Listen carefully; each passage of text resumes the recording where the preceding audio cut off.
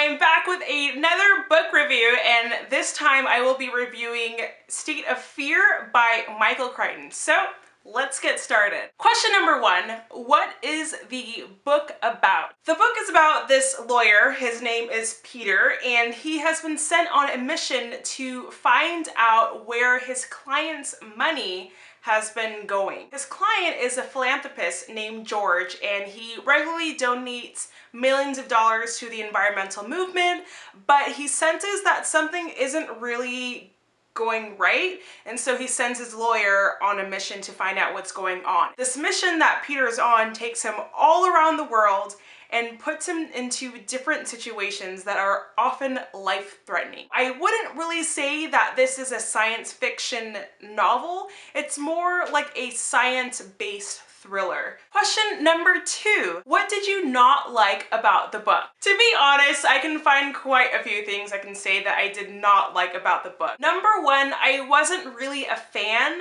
of the plot itself. I'm gonna try not to give it away, but essentially, yeah, that's hard. Different bits of the plot were pretty corny. I didn't really think that they were believable. That's all I can say without completely spoiling the book for you. Also, the book itself was pretty predictable. There was a point where there's supposed to be a twist in the book. As soon as the twist was getting together, I was like, oh, I know what's gonna happen here. Nope. The characters themselves were very one-dimensional. I get that it's a thriller. Thrillers don't really allow for that much depth, but I would have liked to have seen a bit more. Interactions between the male and female characters was pretty annoying to me. Michael Chricton spent so much time describing what the women in the book looked like, letting us know that every male character wanted to kiss them or feel them up or, you know, accost them in some sort of way. I finished reading the book. I cannot tell you what the main character looked like. He spent absolutely no time talking about male characters' descriptions, whereas female characters, he spent so much time that it was just annoying and distracting.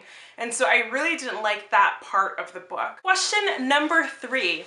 What did you like about the book? There's a few things that I can say that I liked about the book. First of all, in true Michael Chricton form, I really appreciated the amount of research that went into the book. There's so much data there, and it's hard to figure out what is fact and what is fiction. Also, I really liked that the book was suspenseful. I wasn't really a fan of the plot, and I thought it was a bit corny, but I was still turning the pages and I was still interested to know what was going to happen next. Crichton clearly had an argument that he wanted to share with his readers. How much does the common man actually know about environmentalism and the environmental movement? What happens when science gets politicized? What happens when researchers clearly know where their funding comes from? Those are the sort of questions that you're forced to ask yourself when reading this book. Michael Chricton has what he calls, you know, the author's message, and he talks about his view on the environmental movement, and he compares the environmental movement to the eugenics movement in the United States. As we know, eugenics was a movement completely false, based on pseudoscience, but it had a lot of traction. Reputable foundations giving money to support studies trying to prove its worth, and we know now that it was completely false, completely unfounded, and yet at the time it was seen as a legitimate field of practice. Not saying that we should just stop what we're doing and make no effort whatsoever to conserve the planet, but he wants us to be careful that we're actually following data and hardcore facts and not just picking up jingles, you know, fancy jingles from politicians and following our favorite actors because they say that it's good. I myself, I think environmentalism is great. Can I tell you the facts about it? Probably not. And that's what his point is. How educated are we about the things that we're supporting? And how much damage are we going to be doing to the planet when we're doing things that are well-intentioned, but they don't have actual knowledge behind it? So I thought that was pretty cool. Question number 4.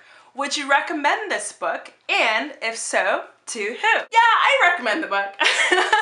I would recommend this book, but under specific circumstances. If you are A, a fan of science fiction, or B, a fan of, thrillers, or if you're just bored, because at the very least, the book has a lot of suspense, and you will be turning those pages because you just want to know what's going to happen next. Hopefully this book will get you thinking a bit more.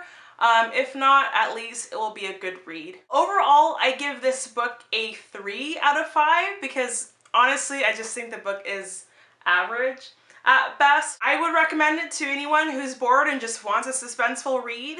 Otherwise, I'm not really into it. It was actually kind of disappointing, to be honest, because I consider myself to be a fan of Michael Crichton's work, but this one just really wasn't doing it for me. If you've read the book, let me know what you think about the book, and maybe, we can have a conversation about it.